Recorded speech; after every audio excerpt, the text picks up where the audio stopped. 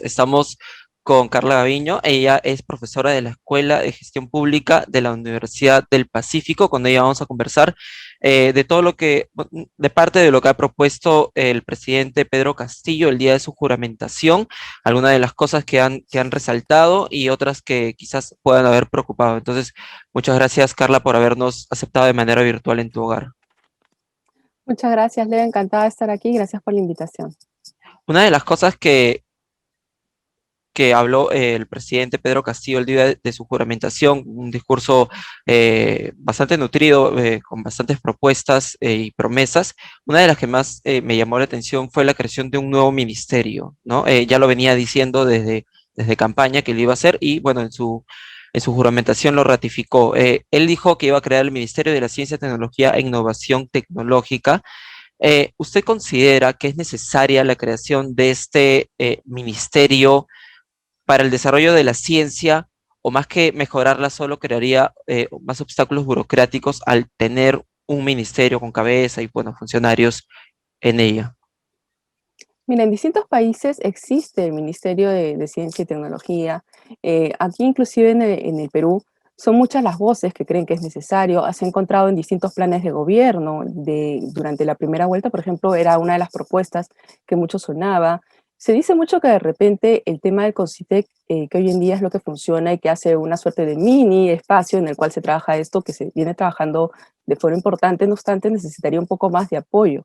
Entonces, ahí habría que ver si es que el tema va por fortalecer lo que se tiene o por la creación de un nuevo espacio. Yo entiendo perfectamente tu preocupación de si es que esto estaría generando un ministerio más burocracia, más trámites, pero de alguna manera yo entiendo también que hay un tema de pronunciamiento político, respaldo político, de querer poner esto en la agenda política, de que en la política pública me refiero, de querer darle un mayor énfasis, ¿no? Entonces, mucho se habla de que una serie de temas de investigación, por ejemplo, que se podrían desarrollar en el Perú, no se desarrollan justamente porque no se tiene muy separado el tema de la investigación, de la docencia, porque no se le da el impulso necesario, porque el mismo CONCITEC para articular, al ser un organismo adscrito, no tiene rango ministerial, entonces no tiene mucho poder de convocatoria. Inclusive porque también tiene que tener una llegada con lo que es el sector privado, la academia, entonces hay argumentos a favor y en contra de ambas medidas, ¿no? Lo cierto es que sí es un tema que hay que potenciar, que ha quedado evidente que necesitamos generar más capacidades en todo lo que es ciencia, investigación, tecnología.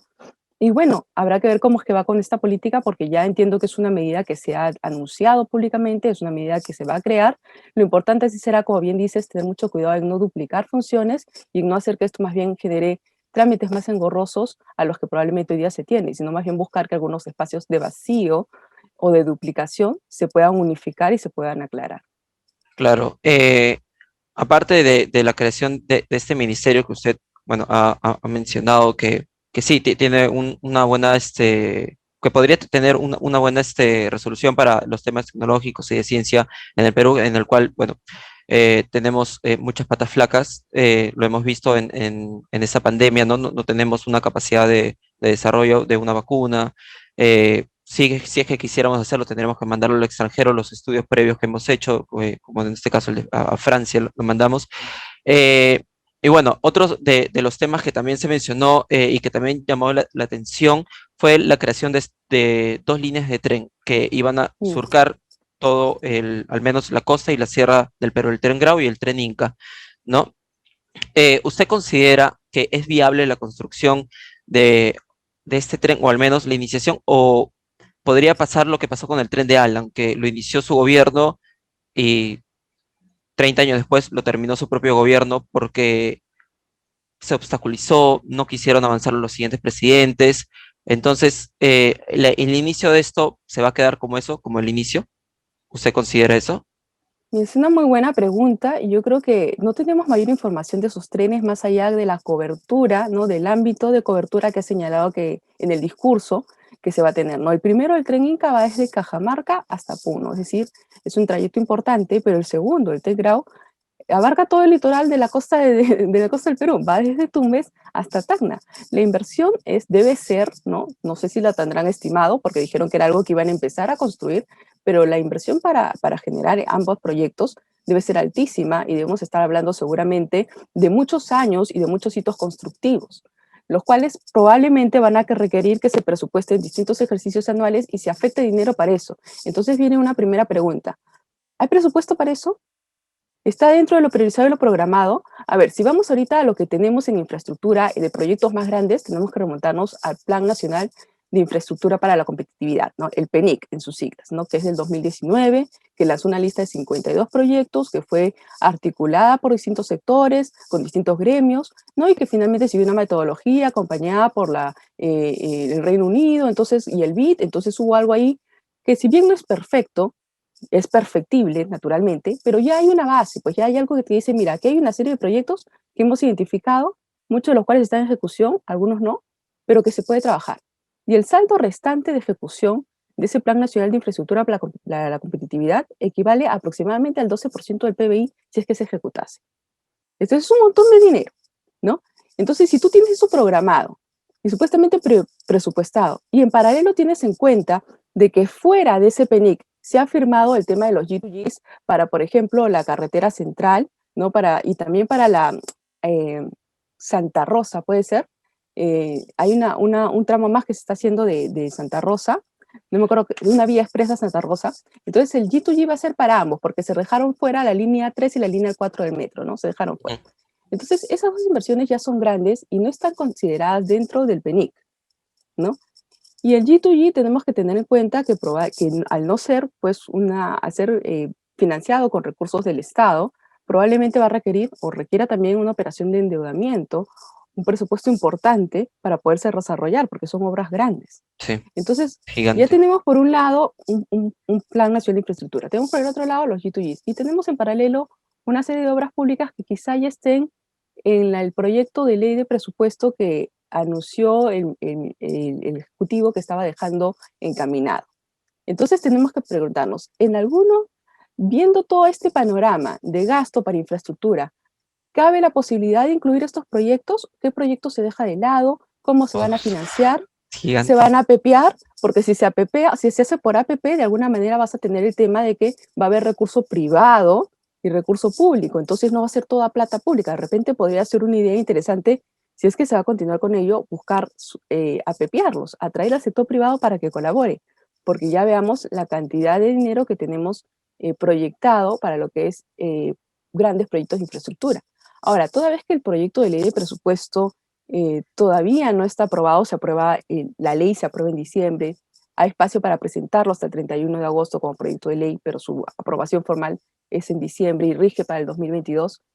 Quizá hay espacio ahí para ver de qué manera incluirlos, pero nuevamente es un tema de que tendrán que tener mucho trabajo, mucho consenso entre el Ministerio de Transportes, el propio MEF y las otras entidades que pudieran participar, porque de repente no sé si para todos estos tramos, está sobre todo el GRAU, ¿no? Para todo el ámbito en el cual aplica, todo el recorrido que tendría que tener o no participación o apoyo, algún tipo de convenio con algún gobierno regional local, no lo sé, ¿no? Claro, y Entonces teniendo en también cuenta creo que es que, gigante.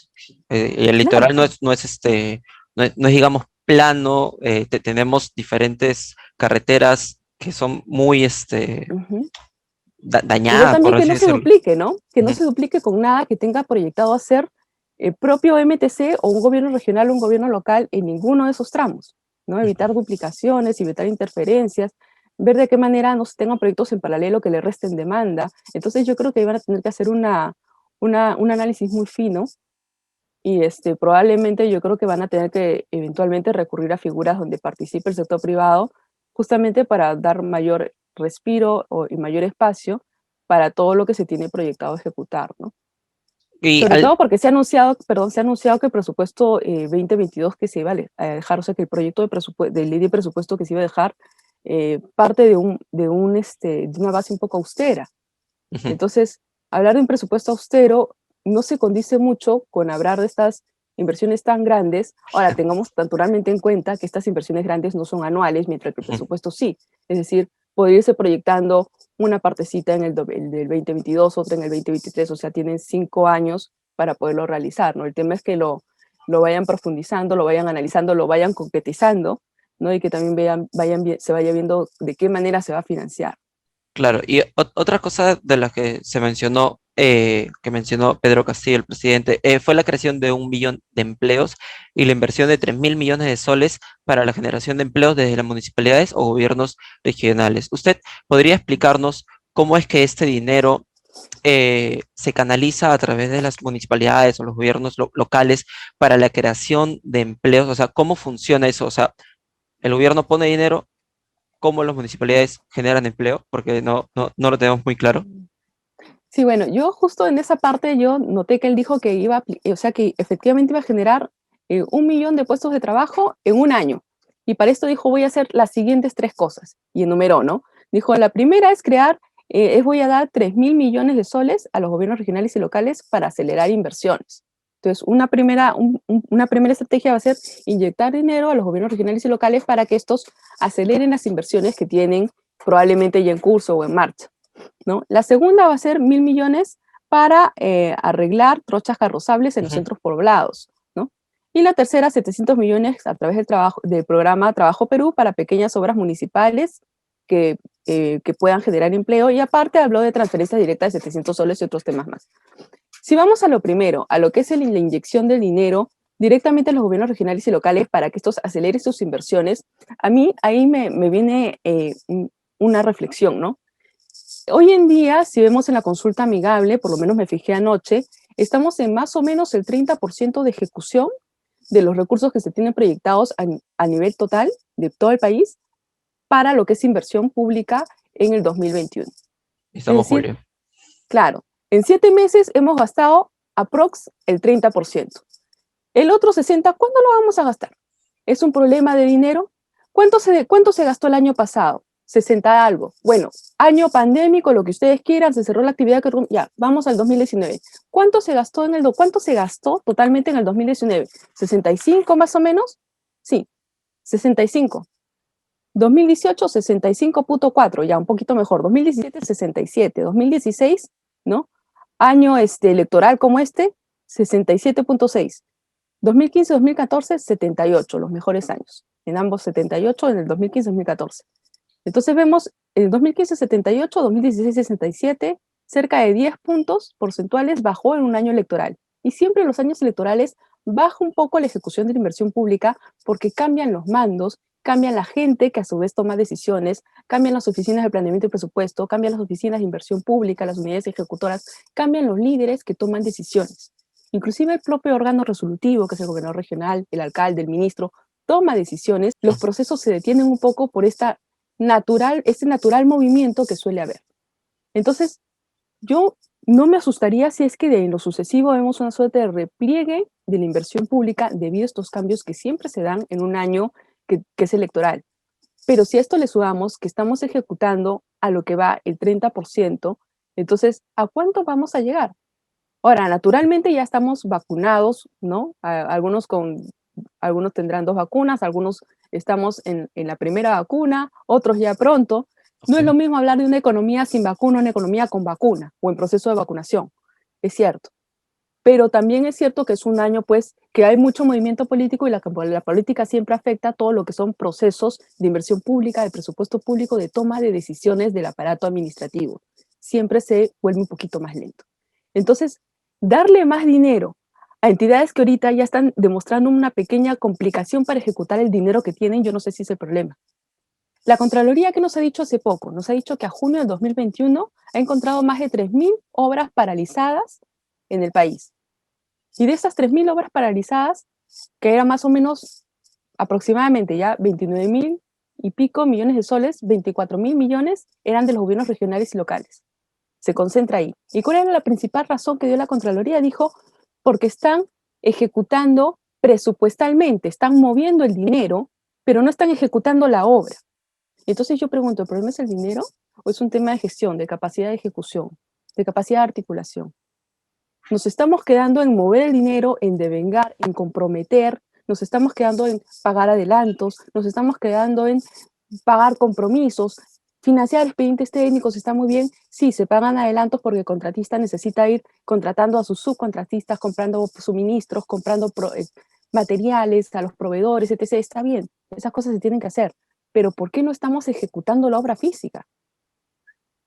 la generación del empleo va a venir también con la ejecución física, porque es ahí Claro. donde realmente se tiene a las empresas constructoras que a la vez mueven recursos, no solamente porque ejecutan ellas, sino porque tienen una serie de subcontratistas que con ellos se meten a la obra, ¿no? Y al Sobre todo en final ese proyectos dinero se grandes. devuelve al MEF. Lo que no se gasta se devuelve, sí, ¿no? Si es que es de transferencia del Tesoro Público, ¿no? Si es de otra fuente, como por ejemplo el canon, no es que revierta al MEF, sino que se queda como un saldo para el siguiente año, que también tiene que comprometerse en una serie de proyectos. Ese es un tema, ¿no? La segunda medida que dijo, que habíamos mencionado, era 1.000 millones para arreglar trochas carrozables en los centros poblados. Ujú. Nuevamente, puede que sea importante, no dudo, porque yo también, como parte de las cosas que he hecho a lo largo de mi carrera es ver la inversión pública descentralizadamente. Y sí, soy consciente de que hay muchas localidades donde tú tienes, por ejemplo, ¿no? Eh, un edificio del gobierno regional con unas polarizadas, wifi, wifi, todo moderno, pero que para llegar ahí pues ni siquiera hay pistas y veredas. Entonces sí, Claro. las trochas carrozables al interior del país son importantes, es importante enfocarnos ahí también, claro que sí. Ahora nuevamente yo no sé si el tema sea dar más financiamiento o más bien el dinero que ya tienen, ayudarlos a que lo ejecuten mejor, ¿no? Me da la impresión de que se está con un discurso de que si damos más dinero va a haber más inversión pública y por lo tanto más trabajo, pero quizá el tema no esté ahí, sino si nos focalizamos en gestionar mejor y manejar mejor lo que estamos haciendo, identificando cuáles son nuestras trabas para ejecutar, podremos de entonces, a la hora que empecemos a ejecutar, generar más trabajo, porque es en esa fase, en la fase constructiva, donde se generan potencialmente más puestos de empleo que en otras etapas. Los 700 millones para el programa Trabaja Perú, bueno, eso es para obras municipalidades, de municipalidades, eso sí me parece una medida importante. Yo revisé las cifras, Trabaja Perú ha estado generando empleo efectivamente más en el último año que en el 2018, que en el 2019, perdón, generó 27.000 empleos según su temporales, según su página web. Y en el 2018, 4.000. Entonces, sí hay ahí un espacio que creo que podría ser importante, ¿no? Ahora, siempre que se hagan obras de mantenimiento u obras pequeñas con apoyo de la población, es importante ver, pues, que efectivamente sean obras que la población pueda ayudar a trabajar, ¿no? Tengamos en Claro. cuenta que no es su expertise, que no puedes pedir cosas muy sofisticadas, que la calidad va a ser, pues, la determinada, entonces va a tener que haber, pues, un apoyo de la entidad pública que tenga a su cargo esa obra para, pues, colaborar a que o orientar a que la población pueda realmente hacer, pues, lo mejor en esos casos, ¿no? Claro, entonces, Similar comentario haría yo para el tema de los núcleos ejecutores, dicho sea de paso. claro, entonces, por lo que ha mencionado, en resumen, el problema no es el dinero existe. Lo que hasta ahora ha habido problema es en la parte ejecutiva, o sea, ok, vamos a hacerlo, vamos a poner la piedra en el lugar, ¿no? Si nos basamos en lo que nos dice la Contraloría sobre lo que ha encontrado hasta junio de 2021 y nos basamos en lo que estamos viendo en la consulta amigable en el CIAF, en el CIAF, si nos basamos en lo que hemos visto en los últimos años, nunca terminamos de ejecutar lo que nos proponemos ejecutar, ni presupuestalmente, porque no se gasta el 100%, no se afecta el 100% de los recursos, se devuelve, ni de forma física, porque ahí hay obras paralizadas que ha encontrado la Contraloría y nos ha dicho que está paralizada la obra. Se mueve el dinero, pero la obra está paralizada. Entonces el problema quizá vaya a un tema un poco más profundo, ¿no? A un tema de que, ¿cómo hago para gestionar mejor? De repente es el tema de la gestión pública, del movimiento, de la articulación de los sistemas, donde también tenemos que poner un fuerte ojo para ayudar, sobre todo, a los gobiernos regionales y locales a mover sus inversiones. Claro. Entonces, para ir culminando, Carla, al escuchar al presidente Castillo el día de su juramentación, aparte de lo que ya hemos mencionado, ¿no? Estos tres puntos del Ministerio de la Inversión y el tren, ¿qué es lo que usted ha podido rescatar? O sea, ¿qué podría rescatar y qué le hubiese gustado escuchar desde la gestión? Porque quizás algunos no nos hayamos percatado de ello. Me ha interesado mucho el tema de los proyectos sociales. Proyectos de inversión pública tenemos, o sea, cuando hablamos en materia de inversión pública solemos distinguir proyectos económicos de proyectos sociales. Es una forma que nosotros separamos. Y en los proyectos sociales está el tema de educación, el tema de salud, el tema que tiene que ver con protección de poblaciones vulnerables. Mientras que en proyectos económicos vamos a tener más temas de infraestructura como carreteras, las cosas que más mueven la economía. Pero me ha gustado escuchar mucho el tema de los hospitales. Sí, porque él dijo que iba a poner más hospitales en distintas localidades, ¿no?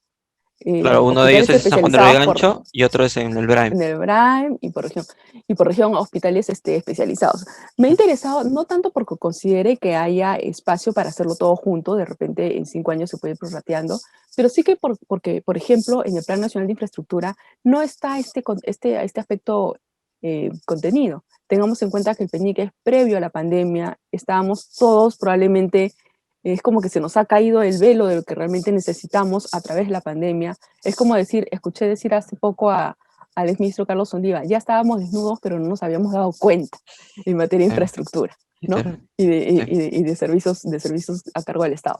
No nos habíamos dado cuenta. ¿No? Entonces ahora ya somos más conscientes de que el tema social, el tema de la infraestructura educativa, de la infraestructura hospitalaria, tiene que tener más énfasis del que tradicionalmente se le ha venido dando. Y me parece interesante que se recoja eso en un discurso presidencial, ¿no? Que no es claro, normalmente lo que se suele escuchar. Así como el tema de algunas inversiones que se puedan hacer para la protección de población vulnerable, que tampoco es algo que se suele mencionar mucho. Quizás se pudo ahondar un poco más en ello, que es quizás lo que me hubiera interesado escuchar un poquito más, ¿no?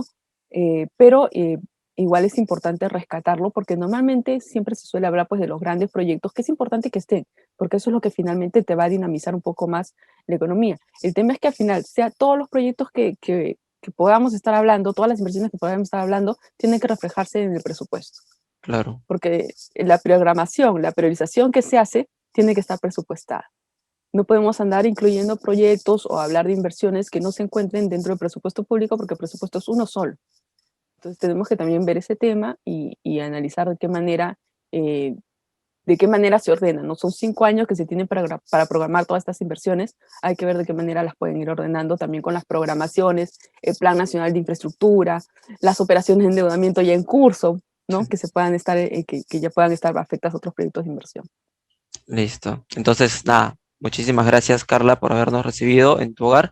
Esperamos poder conversar contigo en otra oportunidad, bueno, de lo que se viene también en el gobierno. Muchas gracias a ti, encantada.